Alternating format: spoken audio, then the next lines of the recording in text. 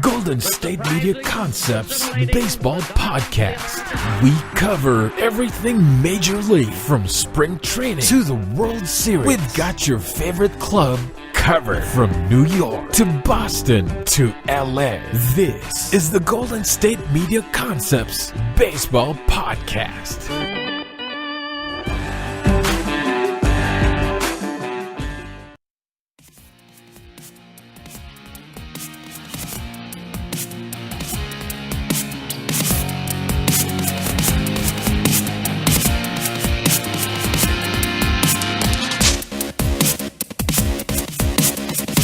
What is up? Welcome to the GSMC Baseball Podcast on a Friday. Today here we come to you post All-Star break talk for today, as no games on Wednesday. There was one actually yesterday, so we'll go over that in just a moment.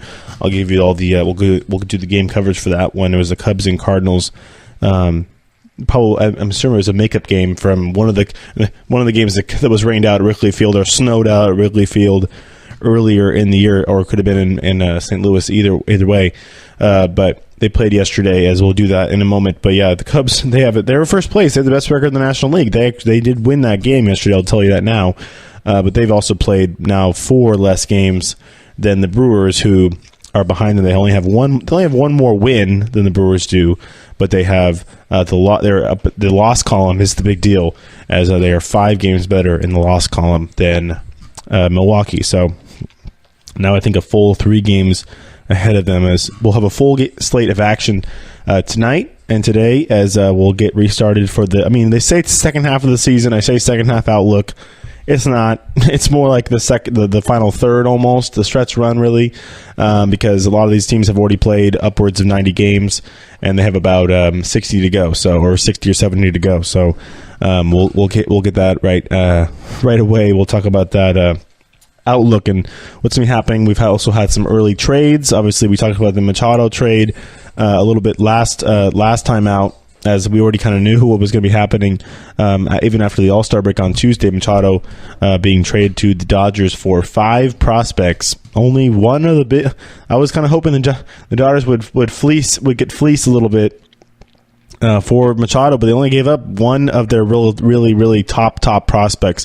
However, the other guys they did give up are having very good years throughout their minor leagues this year. That's how deep the Dodgers. That's how deep their farm system is that they can give away one top prospect, keep the rest of their really top prospect, then also give away guys who are having really good years to make it seem a little more worthwhile for the Orioles. Of course, so that's what happened it happened yesterday, and Wednesday was kind of when the deal all went through, and now official today. All right, going into that, we'll give you do the game really quick from yesterday. This game was, I believe, in Chicago last night. Of course, in Chicago last night, they had it on ESPN. The only game going on all around Major League Baseball. Cubs beat the Cardinals 9-6. They had they were trailing 3-1, but they scored 5 runs in the bottom half of the 5th inning to take the lead, and the lead they would hold on to. In this one, Ian Happ went deep for the Cubs, his 12th of the season off of Carlos Martinez. For the Cardinals, they actually had a couple home runs. Tommy Pham hit his 14th. Matt Carpenter his 20th of the season, as Martinez was the starter for the Cardinals. Went 5 innings, as he was pitching pretty well into that 5th inning. He 5 earned runs, 6 total on 7 hits, 1 walk, 2 strikeouts. That home run by Happ was in the 5th inning as well. 2-run shots to really culminate that big inning for the Cubs there. As the winning pitcher for the Cubs was Dunsing. Had to come in and relief. Brian Dunsing came in relief for Kyle Hendricks, who went 4 2/3 innings, 3 runs on 9 hits, 1 walk, 4 strikeouts, a homer allowed, as he was removed after throwing 113 pitches over those 4 2/3 innings of work. So he was laboring pretty hard there last night. But the Cubs get the win. The offense comes through, and they get the 9-6 win. The Cardinals try to come back with a run in the 8th and a run in the 9th, but all for naught, as this is remember, this Cardinals team, they're without Mike Matheny. They're done. Mike Matheny's gone. Cardinals interim manager taking over as they have to. They kind of are. No, I don't know. Are they falling off? They're not out of the. They're not out of the race. I just think that they thought that maybe Mike Matheny wasn't getting the most out of his players. I mean, they did lose a bunch of games. I know that the Red Series was pretty tough, as it was the deal that it's actually Mike Schlid is the interim manager for the Cardinals. Did get the win in his first game, but didn't beat the Cubs last night.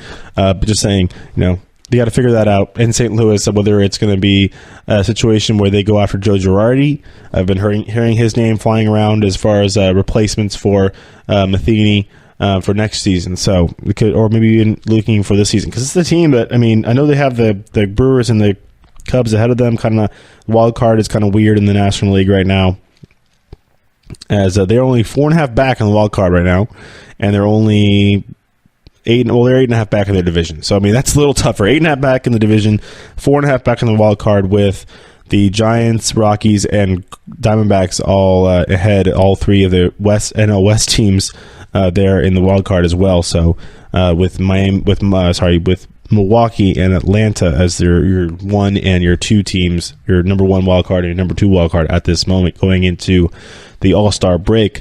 But yeah, nope. If you're a Cardinals fan, they're game over 500 even after losing yesterday. They were 2 games over 500 going into the break. It's just interesting. Maybe it's a culture thing. They wanted to get a little change of scenery. Matheny, the hitting coach, and the assistant hitting coach were all relieved of their duties by the Cardinals early last week. So that was something that was a little unexpected. Maybe expected. He was been on the hot seat the whole season. That's Matheny was, and it probably just came to an end at this point where it's like, we can't really do this anymore. All right, but this is a second half outlook show. So in the first couple segments of the day, we're going to be looking at the outlook, for this season, for the second half. The Yankees are 5 games up in the wild card right now. They're 5 games ahead of the Mariners, who are 3 games clear of the A's right now, who came into the break on absolute tear. A's winning 7 of the last 10, won 2 in a row going into the break. They're 55-42. They're 13 games over 500. The A's are right now, as they may be giving the Mariners a run for their money, because the Mariners have had a tendency to kind of fall off in the second half of the season because of the fact that they have a lot of air miles traveled. They're sitting on an airplane. Well, yeah, you're sitting on an airplane for 5 hours, 6 hours every single trip that you're going on, and you got to get up and get after it. And sometimes it could wear on you. It's a grind. The season's a grind. We're getting through the end of July here, and we're going to get into what they call the dog days of August. They call them the dog days of August for a reason, because you're dog tired. You've been playing baseball every dang day since early March for most of these guys, because they for spring training. Hard baseball since April. Meaningful baseball since April. So that's 4 solid months of baseball right there. If actually no 5, if I can count correct, or 6, 4 solid months: April, May, June, July, of 4 solid months of baseball right there, and you got 2 more to go. So that's what I'm saying. The All-Star game is 3.5 months through the season. You only got 2.5 more months of the regular season left. That's what I'm telling you. It's not really the halfway point. They call it the second half because of the break. But so it's mathematically not the second half. The Yankees have played 95 games already, and that means that they only have if I can do math correctly, 67 games left. There you go, 67 games left. They've already played 95, and they have to make up some ground. I know we're going to break it up the second half. So we'll call this second half of this first segment the AL East segment, because I know that there's some races that are not really worth talking about, like in the Central. The AL Central, probably not going to be going over that much. The Indians, we'll talk about them when we go into our trade segment in the third segment here. But in the AL East, it's Yankees, Red Sox. It's going to be winner wins the division. Obviously, loser second place gets the wild card, and that means you got. I mean, you used to be, oh, who cares? Yeah, wild card, whatever. We'll play the number 1 seed. It's fine. We'll go after it. Nope, not anymore. You got to play that 1 game wild card, and it's been like that for a few years. But this is really the first time now the Yankees are going to be like, hey, like I've talked about it on the show. What are they going to do? What are they going to do? Are they going to win that division? Are they going to make a push for the division? They're what are they right now? 3.5 games, 4.5 games back in the division. 4.5 games back in the division.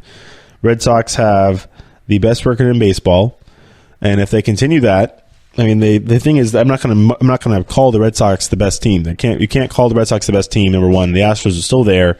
The Astros are 64-35. The Red Sox are 68-30. So honestly, I mean, they got 4.5 games on them too. So, or not quite 4.5 games. 35 losses, 30 losses. It might be more than that, actually, because they're 5 games back in the loss column, 5 games back in the loss column, 4 in the win column. It's 4.5 games. 4.5. That's how it works. I mean, the Yankees are also 4.5 games back, but they're 62-33, only 3 in the loss column and 4 in the win column. So maybe it's 5.5 for the Astros, if I could do math correctly. But no, looking at the Red Sox, looking at the Yankees.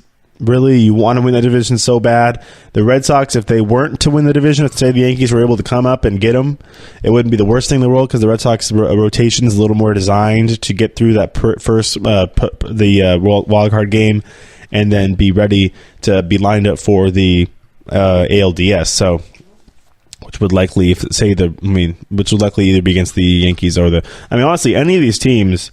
Astros, Indians, any of the division winners could end up with the number 1 seed. It's going to come down to the wire. I think the Indians even are going to make a charge. They made a really, really good trade. I know they had to give up a big prospect for it. We'll talk about it in the next few segments. I'm going to tease their trade if you don't know about it already. But it was pretty. It's a pretty big trade, and they got a really good player over for their prospect. So right now. They're 52-43, so I mean, it looks like they're probably not going to end up with that best record in the American League. They'd really have to go on a run, and everybody would kind of have to tank as they are. I mean, imagine if the Indians were in the AL West, they'd be in 4th place. They'd be in 4th place. They're 52-43, and the A's are 55-42. They'd be in 4th place in the AL West right now. The Indians would. They'd be in 3rd place in the East. They'd be in 3rd place in the NL Central. They'd be in 3rd place in the NL East, and they'd be in 3rd place in the NL. Wow, they're lucky they play in the NL Central. They better take advantage of it because they play all those teams. The thing is, you think that the team in the AL Central who wins the division would be a shoo-in for the first seed because they play all those crummy teams a lot more than the other guys do. I mean, the AL East is one thing too, so I mean, yeah. But you play Detroit and the White Sox and the Royals multiple times. Even the Twins. The Twins are tough. They have been tough on the Indians this year.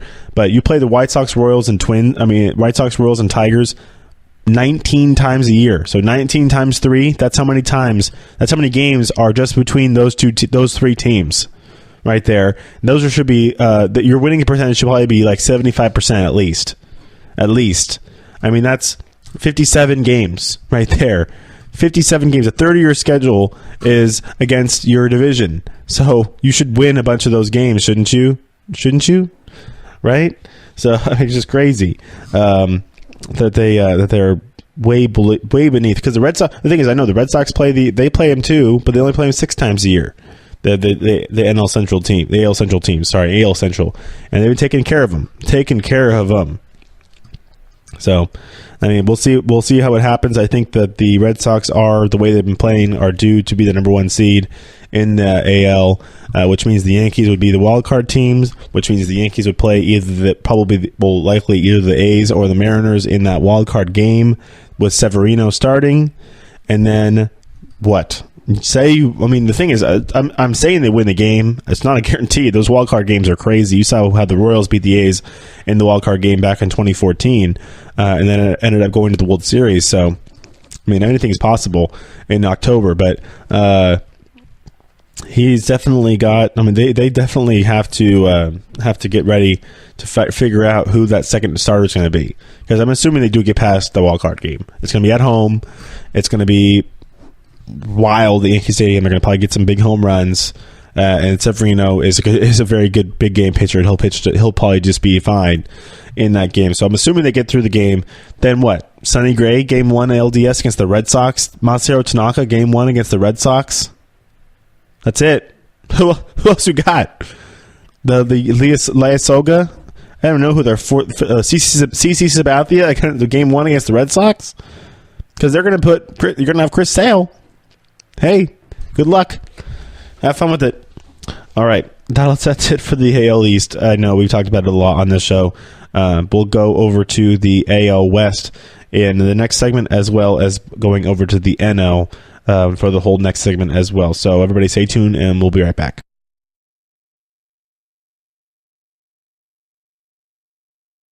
This is your ultimate stop for everything sports. The Golden State Media Concepts Sports Podcast. Should I say more? From the NFL, MLB, the NBA to MMA, it's all in here. The Golden State Media Concepts Sports Podcast. Listen now.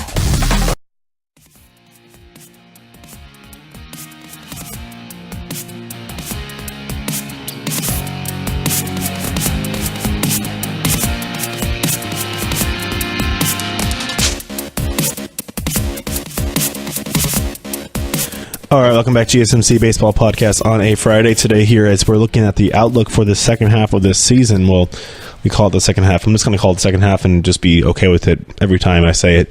The second half of the season post All-Star break, as it really is marks the stretch. It marks a stretch run. It marks a stretch run because it's not the second half. It's the post All-Star break stretch run. We're getting to August, September. Rosters are going to expand. We're going to do that also. I'm going to talk about it on probably at the end of the next month. Talk about how teams are going to look a little different and how the roster expansion is going to change different teams' outlooks for the playoffs. If obviously, we're going to think about baseball is you never know. We could be right where we are right now with everybody like 4, 5, 6 games back in September, on September 1st, and that could be just fine because things can change. I mean, I remember being a Giants fan in 2010. We were, I think we were down 9 games on September 1st after a dismal April. I think they won maybe 11 games in April. They went like 11-15 in April, something like that. Was bad, and they were down like 9 games in the NL West. But the Padres are in first place. The Padres are looking good, and they just tank. I think the Padres lost like 10 games in a row or something. I think they were 11 games back. They had to be.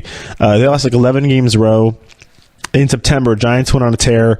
They finished like 18-12 in September, or more than that, and it obviously came down to the last game of the season to decide who won the AL West. But you never know. I mean, NL West.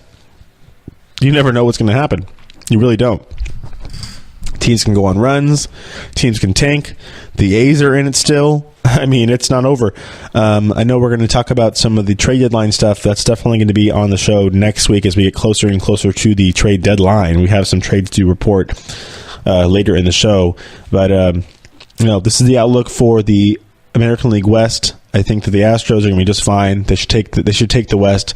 It's going to come down to whether the Mariners or the A's will be the team to get the wild card, not the Angels.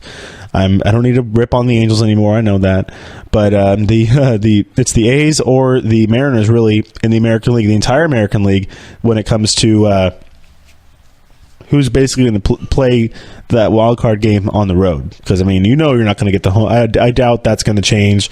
Whether it's going to be Yankees or Red Sox, they're going to be the home team of that game. So whether the A's are going to be going to Boston or New York, or the Red Sox or the Mariners will go to Boston or New York, remains to be seen. That's really the only thing that we have to really decide in the American League right now, because the Indians are winning their division, the Astros are winning their division, and then either the Red Sox or the Yankees are going to win their division. What is it? 5 teams make it, and then you have the play-in games to get down to 4, and we already really have we have 6 teams. It's pretty much 6 teams. In the National League, it's like 9 teams, or maybe even 10 teams. And we'll do that.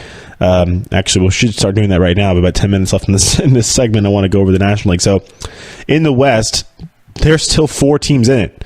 The Dodgers have now gotten into first place, but the Giants are only 4 back, and then you have the Diamondbacks and the Rockies in between them as well. I think D-backs are a half game back or a game and a half back, and the Rockies are 3 back or something like that. So it's going to come down to head to head with those 4 teams. They all beat up on each other. Rockies beat up on the Diamondbacks. Diamondbacks beat up on the Rockies. Dodgers beat up on the Rockies. Diamondbacks. Giants do the best they can to stay in the contention. Just the Giants don't seem to beat up on anybody. They just seem to maybe steal a couple wins here and there, and then maybe a series here and there as well, because they play well at home. The Giants, when you play at AT&T Park, it'll be tough for you. They play really well at home. They just need to increase their wins on the road for sure, because I don't even think they're one of the 3 teams in the National League that haven't won 3 road games. I don't think so. You have to, 3 road games, 20 road games this year. I don't think so. Definitely something they want to right the ship on. When it comes to it, the Dodgers, they got Machado. Do they have the pitching though? It always comes down to pitching. The Giants have a lot of options. They got Mattis Bumgarner's back. They're going to have Cueto come back. They have some really interesting young players who they are still in the rotation with Andrew Suarez and Pudge Rodriguez's kid, Derek Rodriguez, who's been playing very well, pitching very well for the Giants. And then you have Samardzija, who just got put back on the disabled list. Giants have had so many injury problems as they have seemingly the last few years, had to deal with a bunch of injuries. But, it just has to do with, keeping it going and keeping it all in perspective and things like that, and keeping the nose to the grindstone. I think this division, if any division, was going to be decided by the trade deadline and have a lot of implications in the trade deadline this year. It is this division for sure. Maybe the Central as well. Honestly, the National League and all of them. The National League is wide open. There's really 3 teams in each division that are in contention. I mean, in the American League, it's pretty much decided. In the National League, you have Dodgers, Diamondbacks, Rockies, Giants in the West, and the Central you have the Cubs and Brewers. I mean, you could even throw the Cardinals in there, kinda, maybe not in the division race, but in the wild card, yes. And then in the East, you have the Phillies and Braves, who are still playing well. I mean, they're still in there. I mean, they're still up on top. I mean, you guys see both those teams in one in the wild card and one winning the division, just like in the other Eastern Division. And the Nationals, they need to get that team. Let me get their stuff together regarding what they're going to do. I just don't know. All right, we didn't break it up very well by division, so let's do that now. We did the West. In the Central, the Cubs, they're in first place now. They've miraculously gotten the to the best record in the National League. What they're going to do is play 4 more games than everybody else, pretty much in this segment, in this part of the season, because of the rainouts they had beginning of the year. So they have more to prove because they played all these less games due to the rainouts. So they have a little more to prove, and their rotation is going to be tested this second half. Whether they're going to make a move, I know they just made a move for a reliever, but whether they're going to make a move for a starter this year, I know there's a bunch of guys like Cole Hamels and J Happ, and J Happ has been connected with the Mariners, so it might be a different story. But we're going to go into the trades next segment. So we'll want to wait, but this is a situation where the Cubs got to hold on. All they got to do is hold on. I think the Brewers are. I told you the Brewers. They lost 6 in a row. They lost 5 in a row just to the Pirates in Pittsburgh in that one series. Their pitching is. I mean, you think a 5-game series? It was a 5-game series. They played a 4-game series with a doubleheader in it too. So they played 5 games in a row. You think you can't get one win? Just one. And it was a big no for that. So they couldn't get one win in Pittsburgh, as the Pirates, who are pretty much kind of out of it now, or maybe even unless they got themselves back into it. Those are 5 wins, get you right back in the division standings. But looking at it now, what are we looking at? The Pirates right now, they're 9.5 back. Yeah, so they're still not really that in it. In the wild card, they're 5.5, but a bunch of teams in between them. So it's going to be an interesting way at it for them. But they did a good job. They helped out the Cubs a little bit in that last series before the All-Star break, for sure. But it's a situation where you have to keep winning, and you have to keep your rotation. Pitching. The hitting is going to come and go. It's going to come and go. You got 8 different guys who can do something for you. Obviously, those teams are going to score some runs. The Brewers are going to score some runs. The Cubs are going to score some runs. I think it is going to end up being a 2-team race for sure. But it's a situation where I know it's tough. It's tough to kind of predict. It really is. And you look at the Cubs and you think, oh, they're going to run away with it. They're going to run away with it. They've hiccuped this season too. They haven't been on top of their game all season. They've had hitting issues. They go kind of dormant sometimes. They've had some inconsistency with Kyle Hendricks and Quintana. Lester's been great, honestly. John Lester's having one of his best seasons. He's been great. But their rotation is just kind of top heavy. I mean, where do you go after you have Mike Montgomery? Really? Is he going to be your guy? I know the playoffs, you only get 3, but you got to make the playoffs. You got to use all 5 to make the playoffs. And whether it's going to be Lester and Quintana to really lead the way, and then you have Montgomery there as well with Hendricks, that's going to be the 2 lefties on top of that rotation. I mean, maybe you get a resurgence from Kyle Hendricks in the second half. He's had just really great starts and shaky starts. Is that sinkers are weird. Sinkers, they get up in the zone and they get hit. So it's tough. If I had to predict, I'd say the Cubs are going to be able to hold on. They have the talent. Chris Bryant's going to be healthy now. You got Happ and Rizzo. And I like their lineup a little bit. The Brewers lineup, don't get me wrong, the Brewers lineup is cool. The Brewers lineup is very nice with Aguilar and Thames. And you forget about Ryan Braun. Ryan Braun is flying way under the radar this year. And it's because he's having not his best season, obviously. But his team's playing well, and he's playing decently as well. So, I mean, we'll see how it goes. Continuing on for him, maybe he gets a little more in the spotlight. I don't think he really cares per se, but the Brewers can't count him out either. It's gonna be I think it's gonna end up being a 2-team race. The Cardinals, even though I like the Cardinals, I always say you can't count the Cardinals out. They've just been a little bit underachieving. Their rotation definitely got hit with the injury bug this year. So I think the team that stays the most healthy on the stretch run obviously will have the advantage.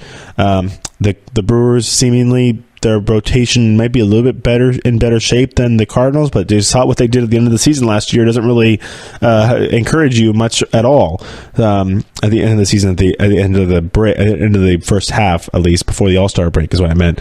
It doesn't really encourage you at all. So Cubs, they have the pedigree, they have the players who have the experience to get down to the stretch run, and they definitely have the talent to do so. Whether they can pitch, and they're going to shore up their bullpen a little bit more, it remains to be seen, because the Brewers bullpen is very good. And I know the Josh Hader stuff all happened. Looks like his team is behind him and is supporting him, and he's going to go do what he needs to do in order to get past what happened on Tuesday. People dredging up his old tweets and stuff. But the Brewers, their bullpen is on fire and is very, very good, and they have some very good bullets in there, and they can turn games into 16 games very quickly. And looking at the outlook for this season, for these two teams, seeing the head-to-head matchups is going to be the key for these two teams as well for them. So whether they can get that done is going to be up to those head-to-head games, like I said. And then in the East, the Nationals are so underwhelming. It's not even funny. They could go on a run. They have the pitching. They have the lineup to do it. Bryce Harper does not have any protection in that lineup right now. Anthony Rendon is not a good enough protection. He's not getting sharp pitches in the zone. Pitchers are pitching around him. They're making him swing at bad pitches. He's expanding his zone too much. That's why he's hitting 220. He doesn't want to take his walks. He should take his walks and let the other guys on his team pick him up. Take your walks. Steal a few bags. That's all I have to say about the Nationals. They're going to be what they're going to be. They're so underwhelming. I'm really excited for the Braves to go on a run. I think the Braves, honestly, if any team, they have the pitching. I think the Phillies, the Phillies and the Braves are really interesting because they're very similar teams, very similar, young with some young teams, young stars with veteran presences. The Phillies, not so much veteran presences in their lineup per se. There's pretty much everybody's young. I mean, you can call Maikel Franco a veteran, and maybe Odubel Herrera a veteran now at this point. But the Phillies, they don't really. Their veteran lies in their rotation with Jake Arrieta. Then they have all the young guys with Eflin and obviously Aaron Nola, Vince Velasquez, pitching very well. But then they're going to have to. They were in the sweepstakes for Manny Machado to try and push them over the top. Let's see if they can get something else. I think their bullpen will need some help. I think a little bit in their when it comes to the trade deadline. So we'll probably be seeing that a lot of names flying around the Phillies as well as the Braves as they look to separate themselves from the Nationals and then battle against each other to win that division. If I had to pick right now. If I had to pick right now, what are they at right now? Who's in? The Phillies are in first by half game. By a half game. Oof, that's tough. That's a toss up right now between those two teams. And I mean, looking at the how much they play each other this second half of the season. Quickly, Tom. Phillies and Braves, second half of the season. I mean, let's see here. August, they play 4 times in Atlanta to really end the season. So they play twice. So I think they only play 2 more times, and it's both the end of the year. Oh, this is gonna be great. So they don't play each other until the last 2 weeks of September. They play 4 in September, the second to last week of the season, and then they play Atlanta. They play in Philly the last week of the season, the last series of the season. So it could come down to that between those two teams. And if I had to just straight up pick, I'm going to pick the Braves.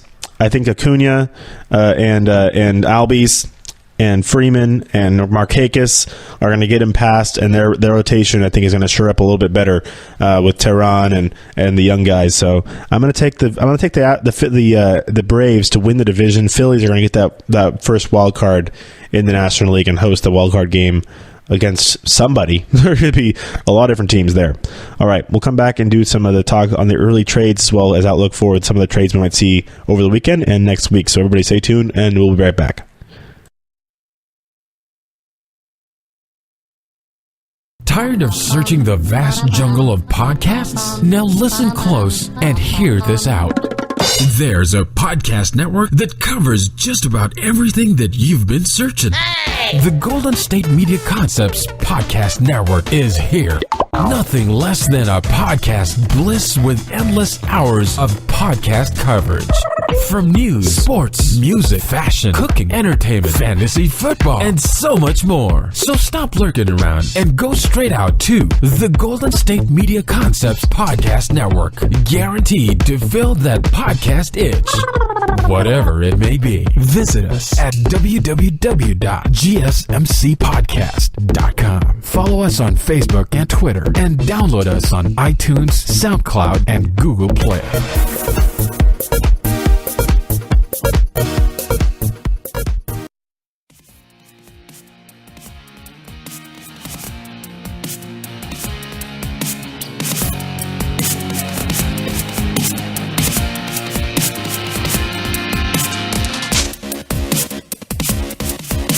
All right, welcome back to GSMC Baseball Podcast, as we're going to talk about some of the trades that have gone on throughout the league here. Obviously, the big one was the Manny Machado deal over to the Dodgers. That's the question mark is regarding whether he's going to get signed or not. I think the fact that the Dodgers did not only sent one big prospect, and then the rest of the guys they sent over were guys who are just playing well right now, but not really that highly touted, at least in the long run. Though that could just mean the Dodgers don't expect to sign him at the end of the year. They told the Orioles that we're not going to get him, so we're not going to give you that much anyways. And that was probably the best deal they got anyways from them. I think if the Phillies were going to get him, they would have had to give up Zach Eflin, because that's who the Orioles wanted. They wanted a proven talent in the major leagues, at least a little bit proven, and they said no. The Phillies like, no, we're not giving up that guy. Sorry, buddy. So that's the way that happened. All right. So, trades. First one, Brad Hand. Huge. I know I talked about the Indians and how they're going to, this is really for the playoffs. They kind of know they're going to make the playoffs. This is really for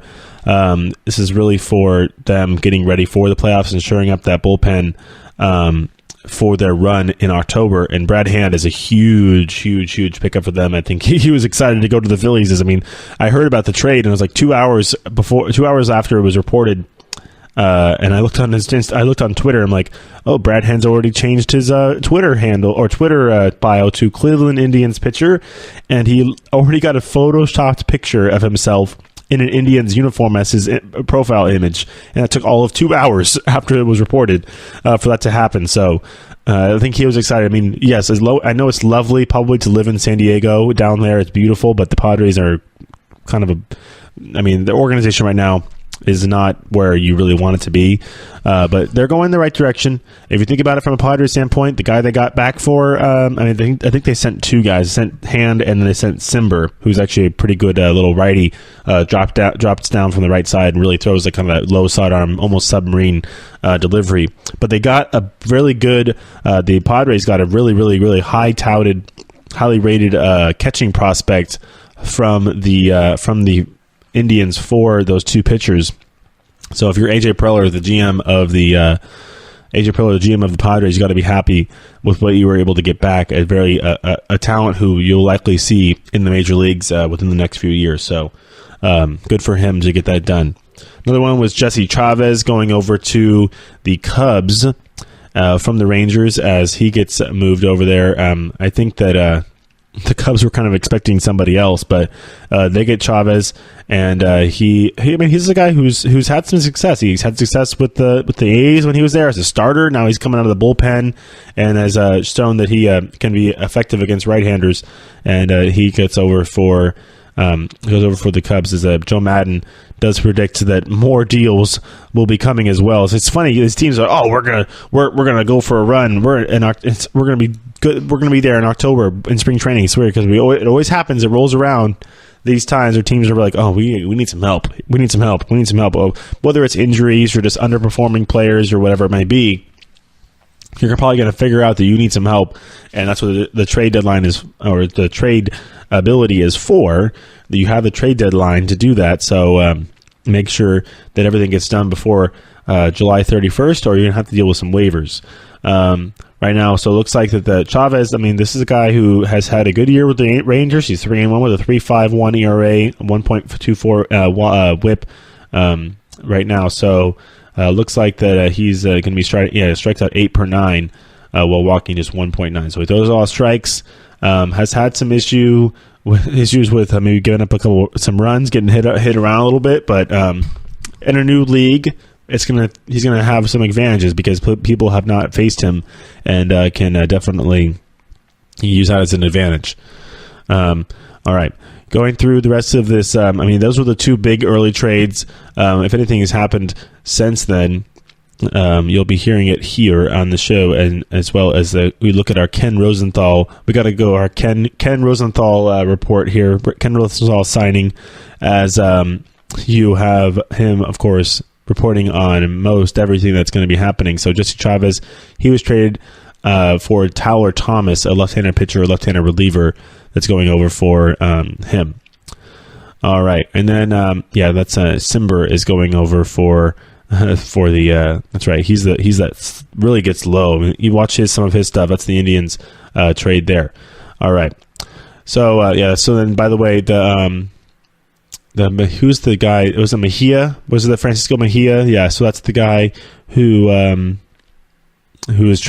being traded to the Padres. He's very good, as he is going to be a Padre now, and they're going to look like they're going to be keeping him as a catcher for now. All right, that looks like it's it for the as far as the early trades. I know some of the ones we're looking at, looking forward. Looking at the Mariners are really interested in J Happ, from the Blue Jays, as well as a possibility that you see maybe a Mets guy going, whether it's Syndergaard or DeGrom. I don't think, but Mike Moustakas also a guy who is going to be on the block as well. So make sure we look at that. Chris Archer has also been talked about as teams line up to try and acquire him, as you've already seen the Rays shipping out Alex Colomé and Jernard Span earlier this season. But Archer, I mean, there hasn't really been any teams identified as favorites for him, but he's definitely going to be a guy who is going to be talked about and might be finding himself on it. I mean, there's always guys who, he's going to get traded, and then he ends up not getting traded. But, you know, it may never. Some things come to fruition faster than you think, or nothing happens. Another guy who could have his name thrown around is Zach Britton for the Orioles. Another Orioles guy. He's a very good reliever. Looks like that the Mariners were trying to trade for him. It looks like that so it looks like the Mariners were trying to trade for him, but then also the Cardinals were looking to trade for him as well. But the Cardinals is that going to be somebody that they are going to let go, because the Cardinals are kind of like, we're gonna call it for this season, and they're going to end up being sellers. I mean, the thing is, if you decide to be a seller, you can end up getting some good. The Yankees were sellers like 4 years ago, and or 3 years ago. Actually, no longer. 2016. 2016, the Yankees were sellers at the deadline. They traded Aroldis Chapman to the Cubs, and who they get? Gleyber Torres. Look what happens now. Look where they are now. So, I mean, it's kind of amazing how fast things can happen. I know Cardinals also have Carlos Martinez, who has come up in some sort of speculation as far as trades. I know his injuries history has been a problem as well. I know the Yankees, they were involved in the Manny Machado stuff, as they were trying to see if they could get a package for him. It didn't look like they want to trade Miguel Andujar for him, so looks like that one went the other direction. But I'm thinking Jose Martinez for the Cardinals will probably be on the move. Zach Britton and Carlos Martinez, also guys that you will probably see in new teams, as Zach Britton definitely interest is picked up steam for him. As I'm thinking the Red Sox, it says the Red Sox, Phillies, Yankees, Cubs, and Astros, as well as the Giants, are in the mix for Zach Britton, especially. So whether we're going to be, I mean, I think that he's going to be moved. He's going to be moved. It's just depends on where he's going to go as well. As far as the Tigers, they're definitely sellers at the trade deadline. They think about that's when you think about Nick Castellanos and Michael Fulmer as far as their trade rumors going. Not seeing that the Tigers are going to be shopping them, which means making them available for trade. But it looks like that they have made some players for trade, as long as it's going to be before the trade deadline, as it's Mike Fiers, the right-handed pitcher, lefty Francisco Lariano, and then the center fielder Leonys Martin, who honestly has had a very good season for the Tigers, are all looking like they're going to be up on the block to trade as well. So Fiers could be the most valuable guy. This is a guy who's not very expensive, good right-hander, and has pitched all right, this season. But this is a guy who's been an Astro, been a Brewer, and he's also pitching pretty well for an age 33 season with a 3.70 ERA and 6.5 Ks per nine, with only 1.8 walks per nine in 104 innings this season. So we've talked about it on the show a lot. We've shown that he can play well, and has had some nice starts out there. So that's as far as the Tigers go. And then as well as it looks like on the rest of the trade deadline, we're going to get more and more news as it goes along here throughout the day and throughout the week. And then we have 11 days, basically 11 days is the 20th. So we see a lot of stuff happening on the day, the 30th, 31st. So we'll be right along with you guys to give you the newest, the newest and the latest takes and latest reports on who could be going where, especially. So just looking at specific teams, as well as want to go down to the Reds. I'm thinking, if you're the Red Sox, do you really need to make any trades? Do you think you need to improve that roster? You went really good. Obviously, they they said they're willing to trade to trade to pass the threshold. They're definitely one of the teams interested for Mike Moustakas. I mean, I just don't know do you really need him? And the Braves are also interested in him as well. The Braves could use him to play third base as well. But so the Red Sox, they definitely have had some interest when it comes to Mike Moustakas and as well as Uris Familia.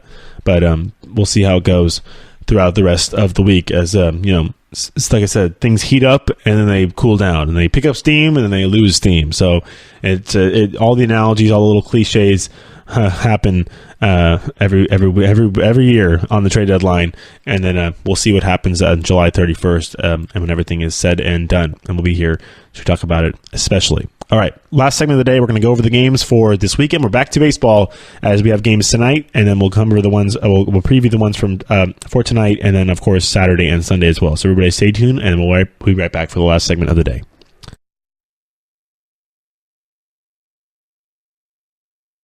Want to know the latest in soccer? Then listen to the Golden State Media Concepts Soccer Podcast. From MLS, the World Cup, and the Premier League, we've got you covered. The latest updates, the hottest matches, and news on the league's top players. It's the Golden State Media Concepts Soccer Podcast. David Beckham scores the goal to take England all the way to the World Cup finals. Listen now.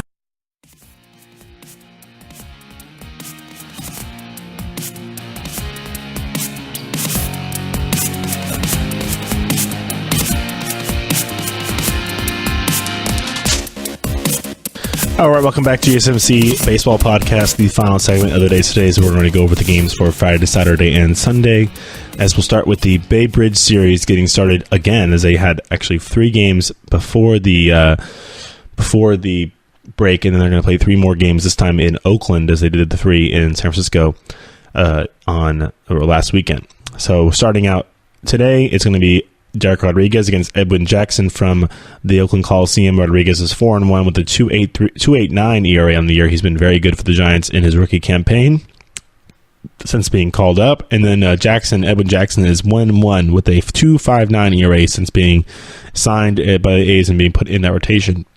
Been a nice little addition.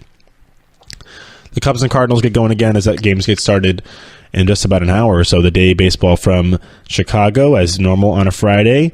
It'll be Jack Flaherty for the Cardinals. He's 3-4 with a 3.24 ERA on the year against John Lester, who's having a great season. 12-2 with a 2.58 ERA. He was an all-star, of course. In Washington, the Nationals will be hosting the Braves as they get their their post All-Star break season started. They're 48-48. Well, the Braves are 52-42. So I mean, you got some ground to pick up there. This is a big series. They'll have Anibal Sanchez 4-2 with a 2.60 ERA on the year for the Braves against Steven Strasburg 6-6 with a 3.46 ERA for the Nationals. The Subway Series will get going today from the Bronx. Actually, it'll be the Mets and the Yankees. At Yankee Stadium. Noah Syndergaard for the Mets. He's 5-1 with a 2.97 ERA on the year against Domingo Germán for the Yankees. He's 2-5 with a 5.49 ERA on the year for New York. See, little question marks, but he's not going to be pitching in the playoffs anyways. In Philadelphia, the Padres come to town to visit the Phillies. It'll be Clayton Richard against Jake Arrieta. Richard is 7-8 with a 4.43 ERA. Arrieta 7-6 with a 3.23 ERA on the year. In Toronto, will be the Orioles and the Blue Jays. Dylan Bundy against Gaviglio for the. I always want to say Lucas Gaviglio. It's not. It's Lucas Giolito. It's Sam Gaviglio for the Blue Jays against Dylan Bundy. Gaviglio is 2-3 with a 4.58 ERA. Bundy, the product of some trade talk a little bit around. Is 6-9 with a 4.35 ERA on the season.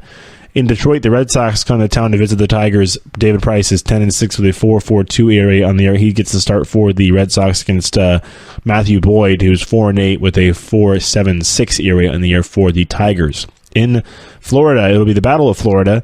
Marlins and Rays from Tampa Bay. It'll be Dan Straley for the Marlins. He's 3-4 with a 4.29 ERA against Nathan Eovaldi, 3-4 with a 4.59 ERA on the year for the Rays. In Cincinnati, the Pirates come to town to visit the Reds. Jameson Taillon for the Pirates. He's 6-7 with a 3.91 ERA against Tyler Mahle, who's 7-7 with a 4.02 ERA on the year. Indians visit the Rangers in Texas. Trevor Bauer going for the Indians. He's 8-6 with a 2.24 ERA on the year. Very nice start to the season for him, or start to the season. Very nice first half of the season for him against. Who's going against the left-hander for the Texas Rangers, Martin Perez. He is 2-4 with a 7.67 ERA. In Milwaukee, the Dodgers and their new shortstop Manny Machado will be in Milwaukee for this series. It'll be Rich Hill against Wade Miley. Hill is 2-4 with a 4.55 ERA. Miley making just his third start of the year since coming back from the DL. He's 1-1 with a 2.38 ERA on the year. In Kansas City, it'll be Kyle Gibson against Danny Duffy as the Twins come to town. Kyle Gibson is 4-6 with a 3.42 ERA. Danny Duffy 5-8 with a 4.59. And then in Arizona, Diamondbacks and Rockies, Marquez against Robbie Ray. Marquez is 8-8 with a 4.81 ERA against Robbie Ray, 3-2 with a 5.03 ERA on the year. In Los Angeles, the Angels and Astros get a series started. We'll see how this goes. Dallas Keuchel is 7-6 with a 3.57 ERA against Tyler Skaggs, who actually has a nice ERA, 7-5 with a 2.57 ERA on the year. And then the last game of the day on Friday, it'll be the Mariners and the White Sox. James Shields against Wade LeBlanc. Shields is 4-10 with a 4.43 ERA. LeBlanc 5-1 with a 3.63. ERA, and that'll be in Seattle. And then on Saturday, A's and Giants again. Bumgarner against Cahill, and then Cubs. It'll be Luke Weaver against Mike Montgomery for the Cubs. Montgomery 3-3 with a 3.91 ERA. Weaver 5-8 with a 4.72 ERA. Then they'll play again, actually, on Saturday. Play doubleheader. So this is another one of those 5-game series we're going to get to make up some of these brainouts. As it'll be Gaunt against Tyler Chatwood.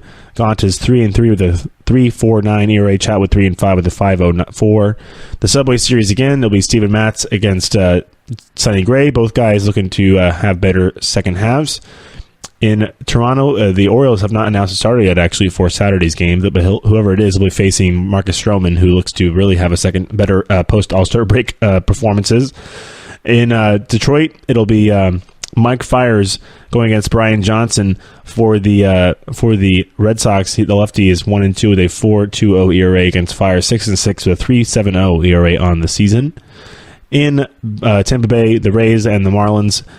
For the Rays, they have not announced a starter yet. We'll see if there's going to be one of those piggyback guys for him. It'll be Lopez for the Marlins, as he is 1-1 with a 6.35 ERA.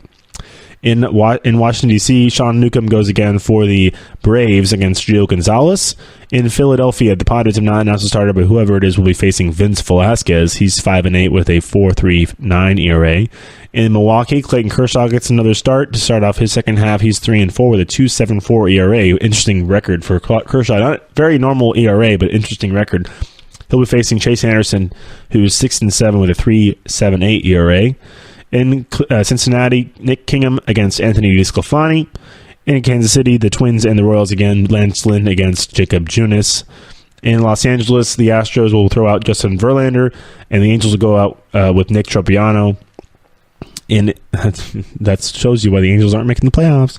That's the matchup right there that tells you why the Angels are not making the playoffs.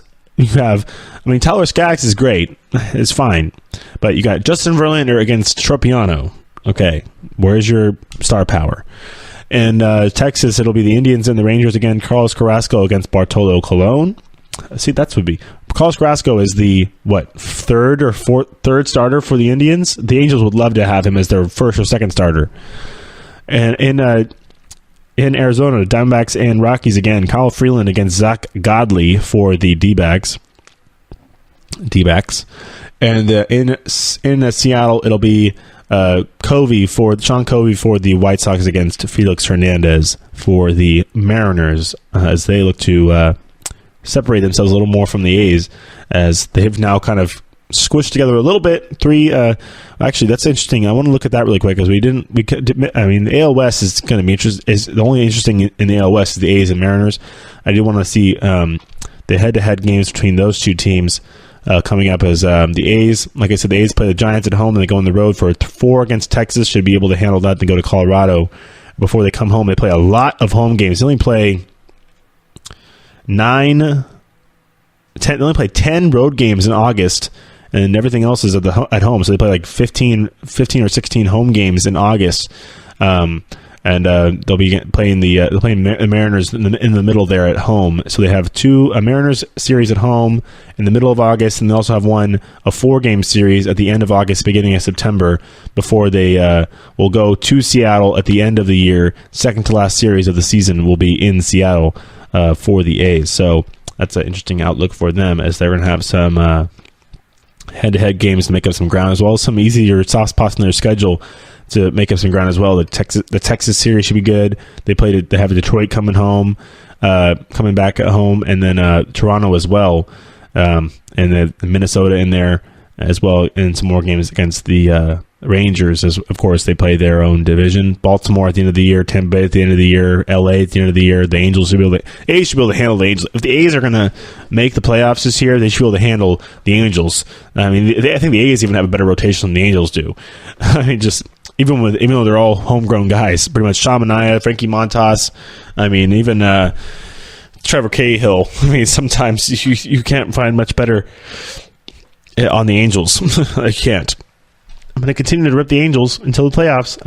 Because they just don't know how to make a rotation. They think that Tyler Skaggs and Garrett Richards, who's injury prone, and who else? Is that it? I'm pretty sure that's it for them.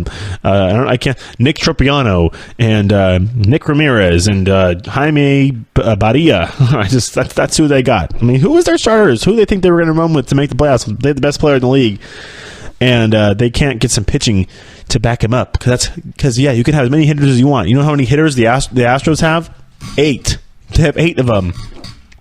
I know they're not all Mike Trout, but this goes to show you how many times has Cole Calhoun won a game for the Angels this year. Probably the same amount of times Mike Trout has. Just telling you right now that one player cannot it's not one player, it's all of them. It's all of them, especially pitching. All right, to Sunday we go for the starters for you. Johnny Cueto against Sean Manaea as the Bay Bridge series gets finished up there in Oakland. The winner of that series, the Giants, they need to win. They need at least go 2 out of 3 in this series, and then they also need to win the last game of the series or sweep. Giants sweep, they get the bridge. The Giants and A's, for some reason, because they share a broadcast partner for their games, NBC Bay Area does both of or NBC California and NBC Bay Area do the A's and the Giants games respectively. And of course, they made a. I'm really hoping it's made from old reclaimed metal from the old bridge. That would make a lot more sense. I'm thinking it is, honestly. But they made this. Go look up the Bay Bridge Series trophy. It's a big thing. It's the first year they're doing it. And the winner of the series gets the trophy. And, of course, the A's are doing hella extra stuff because they think that they're the little brothers to the Giants. So they did some sort of took over a Giants dugout store in the East Bay last week. They're doing a parade that never happened during the game today or tomorrow, I think, out in the outfield. It's a weird thing that the A's are doing regarding the takeover. They had their president of their team was in the Bay. I mean, it's very interesting, but they actually took 2 out of 3 from the Giants in San Francisco, so you can't really say that much about it. But it's saying that whoever wins that series, or if they do tie, whoever wins the last game of the series will get that trophy for themselves, if it means anything. There we go. I think both teams just want to win to get better position in the playoffs. All right, for the Sunday, Cueto against Manaea. In Toronto, the Orioles, again, do not know who's starting for them on Sunday, but they'll face J. Happ, whoever it is. In Detroit, Chris Sale against Michael Fulmer. That'll be a pretty interesting little matchup right there. In Tampa Bay, it'll be Trevor Richards against Chris Archer. In Cincinnati, Pirates and Reds, Nick Kingham against Matt Harvey, who's actually had an interesting little resurgence for the Reds. He might be a trade piece. as the Reds have actually. I want to look at the Reds and how they finished the season. How they finished the. I know they're still 14 back. They're 43-35 or 43-53. But this is a team that was on the verge of losing 100 games, and they could win 80 games this year. You never know.